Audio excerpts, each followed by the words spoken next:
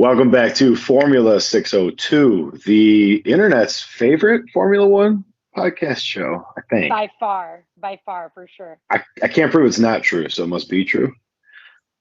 It That's seems how like it's been. hypothesis works. Yeah, exactly. Yeah, I'm not going to test it. So, because honestly, the last thing I want to do is listen to a Formula One podcast. So I'm not going to even search for them. It has been several weeks since we were last together, which was horrific timing for me personally, because it means I've already lost a ton of money betting on baseball because I got bored. So that's been great. That checks out. Last race we talked. Right now, though? Yeah, Kendall's been watching playoffs. So we do that every night with the new shot rules we invented for how to watch basketball, and that's been fun. Sounds terrible. I would not survive. Yeah, lots of drinking. That's okay though. Saudi Arabia Grand Prix was our last one. Yep. And that kind of ended with a little bit of drama. Yeah, I mean the usual. I tried to follow that as best I could. Do you have a little more on that, maybe? Well, what do you remember? And I can try to see if I found the. Well, they had the red flag late, and then had like a little 2-lap sprint that everyone was pissed off about. Yep. I mean, the best driver won, so it's hard for me to be too upset with it. But I didn't follow a lot. A lot of the yellow flag, red flag stuff, I still don't really have my head wrapped around.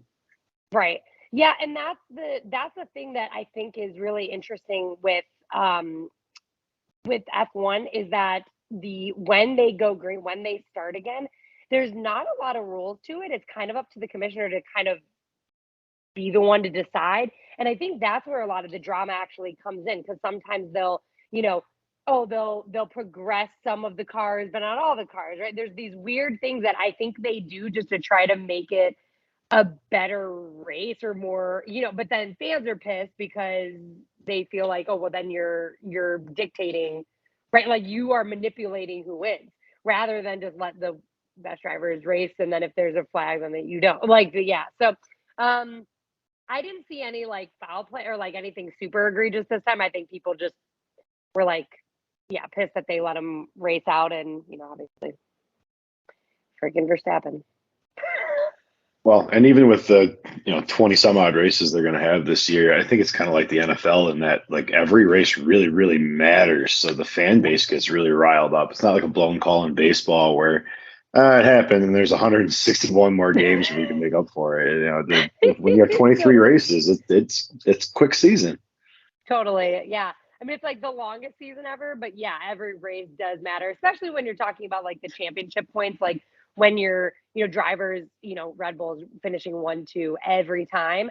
I mean, it makes it hard. Any other person, trying to podium, it does make a massive difference when you can get those points for like at least the constructors championship. So yeah. Azerbaijan Grand Prix. This is the first sprint event of the season. What the hell is a sprint?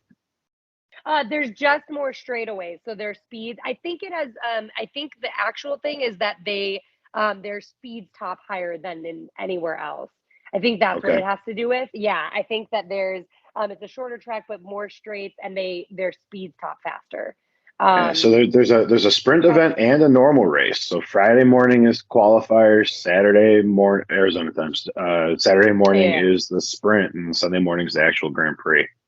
Right. I think that's what it has to do with. I mean, I don't look enough into, like the difference, because again, it gets so technical for me. I don't like some of those things. I just pass because I don't understand it. See, and this is why we're the best Formula One podcast on the internet, because we don't have a damn clue what we're talking about. And that makes it more enjoyable. Wrong information. Yeah, it makes it more fun. You guys should comment about how we're wrong all the time. Drop in what the hell the sprint is. All I know is I have to get up at I think it's 4:30 in the morning on Saturday to watch the sprint, which now I have no idea what it is. Yeah, I'm pretty sure it has something to do with that. Like I could be wrong, but I'm pretty sure that was what it was last year when I remember looking it up. Well, I have a bet that jumped off the page to me. I'm obviously gonna have to do some research on what a sprint is, but Uh-huh. Perez 3-1 to win the sprint. Hmm. If it has anything to do with how fast the car goes, which I would assume it does, it's a race Yep. sport. Yep. 3-1 odds on the second fastest car in the field feels like a spot to look for me.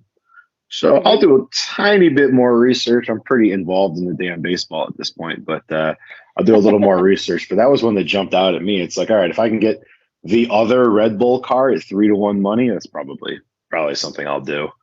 Yeah, I mean Um, that makes sense. for the primary race, Kate, do you want to just take a guess who the favorite is? I already know. I looked it up. Go Verstappen. I'm like a heavy favorite too, Every but time. and from what we've I seen, know. there's no reason for him not to be. No. That's the thing that's so fun again, like, and well, I thought it's funny because we had talked about like at least now we can see where Mercedes is going to land now because they've now had their break so they can, stop saying that they are testing cars out. Like if they're not going to roll out whatever they're fake saying is their real car. Yeah, That'd be great now. But yeah, I mean, no one has really been able to touch them. I mean, Verstappen is one of the best drivers, has been for, a year now. Um, and their cars are superior to everyone else's just by far. So you add that combo, you can't beat them.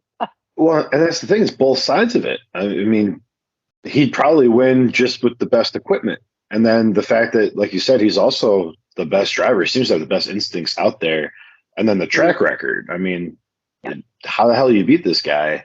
And the one Yeah. race where he had his engine blow up in qualifying, the other Yep. Red Bull car blew everybody else away. So it's like Right. I don't know how another constructor wins the season series for constructor. That Red Bull might have it locked up by the halfway point.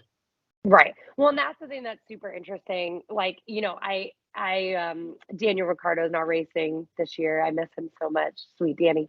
Um, but the thing that's really funny is he was kind of a really proof of so back in 2019 or 20, I think it was 2019 when he did Red Bull. Um, he was on Red Bull and he was a phenomenal driver. I mean, he was like top every time, and the pride got the best of him, in my opinion. Especially when you look back at the Netflix series and kind of look at those interviews. He was like, "I don't want to be second to Verstappen. I'm a number one driver. I don't want to be number two on a team." So that's when he went to he hopped around to a few different race teams before he was gone, before now. But like you look at McLaren, I mean, he was horrible. There are lots of races he didn't finish, and a ton of them where I mean, I don't even know if he finished in the top more than once or twice for the 2 years that he was there. So it's like from someone going from second, you can see such a good driver in a shitty car is terrible. But when you have that combo of amazing car and really great driver, they're just untouchable, which is, the story of Verstappen. And Perez, I mean, Perez is holding his own. I mean, he's always going to be second to Verstappen. Red Bull is always going to put him first. They're always going to have Perez pull over so that, or like slow up, let the DR, like let him pass every time to, reserve that spot. But yeah, I mean, they're both, holding their own on a great car. Yeah, both driving really, really well. Yeah. Do you have like a dark horse, maybe not a Red Bull driver that has a chance to win this one? I feel like I've said this every week, but I love Russell. Like I really I really want Russell to like show up and like I don't know, devastate because he's so young and I really want Mercedes to be good. I also love Leclerc. He's had a rough go, man. Yeah, he sure has. And every week it's like they expect him to be in the top and then it's like car trouble or crap. Like he just can't seem to, get ahead. But yeah, I mean Leclerc I feel like has a lot of the stuff, just not hasn't performed well, which I mean that's part of racing, right? I found Lewis Hamilton to podium at 2-1 money. Okay. I don't think he'd be my dark horse pick to win, but I can see him coming in third when the Red Bull cars are both 20 seconds ahead of everybody else. Right. Yeah. I mean, we'll see these cars. Like I said, Mercedes keeps saying that they're working and this is going to be they're coming in hot this week. So I mean, sure. I would love that. I would love for them to make it a race. And So who's someone, your dark anyone horse then? step up. I, you just kind of stole George Russell from me, so I won't repeat there. So, like looking at the list, McLaren sucks. There's not a chance in hell for like a top 10 finish out of But cute McLaren. Lando. Lando was doing so good at the end of last year, and just this year they Just really just. nothing. I guess it would have to be Leclerc. Leclerc. Leclerc. He'd have to be my dark horse. I think the Ferraris. Maybe you can't beat Red Bull, so it's hard for me to even pick a dark horse. But it would be Leclerc because it's like, who else? No, like Right. no one Well, else has been driving well enough, and I feel like he's had some bad breaks. But when his car is not failing him and he's not getting caught in bullshit, like he's been driving real well, like really like right. tactically well. So I guess that would be my dark horse for this one. Well, in this one, it's one of those because it's the sprint. It's a shorter track, right? So they should, like, again, either Red Bull is going to come and just blow everyone out, or it keeps people closer because it's such a short track. You're not going as far, like, right? Like there's not as much room to like just keep blowing everyone out. So, it potentially. I think if I remember last year, there were two big crashes here, or high speed. Like it keeps it fun. So we'll see. I'm Hey, excited. you got to run the race, right? That's why they play the game. It's true. So Friday, early morning USA time is Yeah. qualifiers. Saturday is the sprint. Sunday is the race. It's gonna be a lot. Like I said, I think it's like 4 a.m. Arizona starts, so it's gonna be a Yeah. long weekend. I love that because I always we used to do viewing parties at our friend's house. We haven't done one yet this year, but like 6 a.m. we would all like go over, and I miss those days. But yeah, like 4 a.m. like I can't. Like Well, I we met some new guys at the pool who really wanted to watch, but they don't have any friends who watch. So I mean, our group is growing. We're gonna keep pulling in new guys and watch F1 at 4 o'clock in the morning. I'm telling you, those brunch parties, we would all just bring champagne and we would like watch and drink like a morning brunch party. So it's fun. I want to do it at somebody else's house because I want to pop the champagne like the drivers do. Oh yeah, shake And it up I a little don't bit. want that problem all over my stuff. So Well, if you aim good enough, you just soak them and like minimal on the everything else, right? On the couch and stuff. You yeah, just really right, drench. exactly. Yeah, exactly. It just soaks right into their clothes. All Oh, right, amazing. guys. Azerbaijan Grand Prix. I honestly can't remember what the next one is, but we're coming up fast on Miami. Yeah. Oh my gosh. And I can't wait for Miami. I can't wait Actually, for the Miami US might be the one. next one. 5/7, May 7th. Oh yeah, totally. Yep. It is totally the next one. Yep. Miami's the next one.